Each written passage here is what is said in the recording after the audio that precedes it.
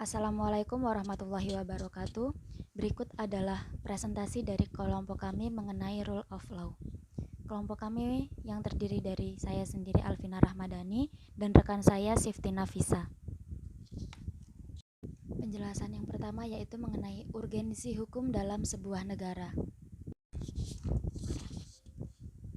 Di dalam sebuah buku dari karya Thomas Hobbes dijelaskan bahwasannya manusia pada status naturalis bagaikan serigala, sehingga mun adagium atau homo hominis lupus, artinya yang kuat mengalahkan yang lemah. Ini dikarenakan manusia mempunyai keinginan dan nafsu yang tidak sama di antara manusia yang satu dengan manusia yang lain.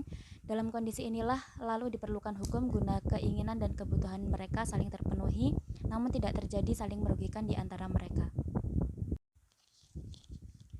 Immanuel Kant berkata bahwa hukum merupakan pelindung hak asasi dan kebebasan warganya. Manusia merupakan makhluk berakal dan berkehendak bebas. Negara bertugas menegakkan hak-hak dan kebebasan warganya.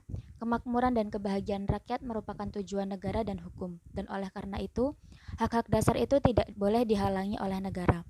Dari sinilah muncul istilah negara hukum, dalam artian hukum harus sesuai fungsi dan perannya dengan negara sebagai pelaksana dan pengawal dari fungsi dan peran hukum tersebut.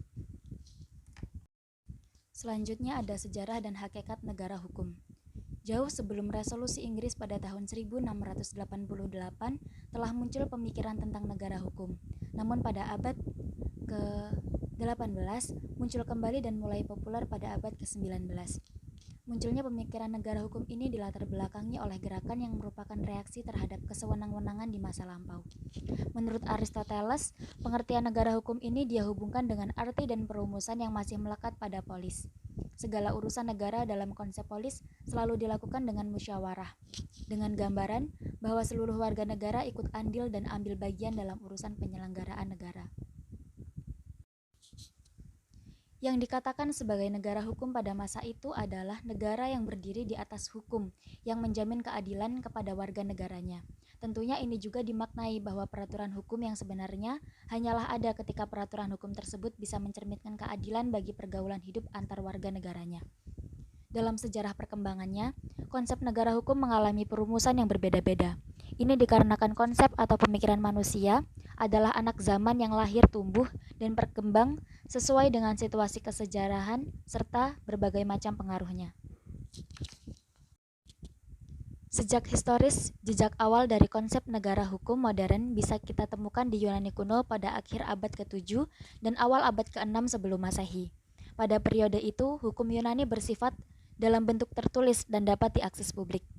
Elemen yang lebih konkret dari ketentuan hukum Yunani kuno tersebut dapat ditemukan dalam deskripsi Parisles tentang negara bagian Athena akhir. Dia menyatakan bahwa sehubung dengan hukum, semua pria sejajar sejauh menyangkut perselisihan pribadi negara mereka.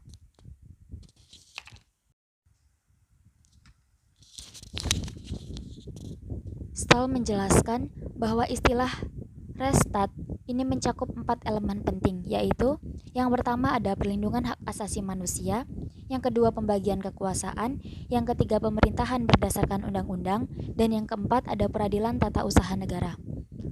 Sedangkan Rule of Law mengajukan 3 karakteristik dasar dari negara hukum, yaitu yang pertama ada supremasi hukum, yang kedua status yang sama di depan hukum, dan yang terakhir ada pengakuan secara konstitusional dari hak-hak individu yang dituangkan dalam sistem peradilan dan parlemen. Negara hukum dalam konteks Indonesia. Secara yuridis, kita bisa membuka dan membaca Undang-Undang Dasar tahun 1945 sebagai konstitusi di Indonesia. Di dalam pasal 1 ayat 3 Undang-Undang Dasar Negara tahun 1945 yang berbunyi, negara Indonesia adalah negara hukum. Oleh karena itu muncul jargon the rule of law, not of man. Kita bisa berkata bahwa pendiri negara kita ini telah berwawasan jauh ke depan dengan pemikiran idealnya untuk mewujudkan Indonesia merdeka sebagai negara yang menjunjung tinggi hukum dalam kehidupan bermasyarakat, berbangsa, dan bernegara. Hal ini dikarenakan organisasi ahli hukum internasional baru merumuskan negara hukum modern pada tahun 1965. Selanjutnya ada konstitusi sebagai perwujudan rule of law. Selanjutnya akan kita pahami tentang sejarah dan hakikat konstitusi. Konstitusi di Indonesia dan pengakuan hukum konstitusi di Indonesia. Selanjutnya ada konstitusi sebagai perwujudan rule of law. Selanjutnya akan kita pahami tentang sejarah dan hakikat konstitusi. Konstitusi di Indonesia dan pengakuan hukum konstitusi di Indonesia. Sejarah dan hakikat konstitusi. Istilah konstitusi berasal dari bahasa Prancis constitutor yang berarti menetapkan atau membentuk dalam ketatanegaraan. Istilah konstitusi di berbagai negara dipergunakan secara beragam.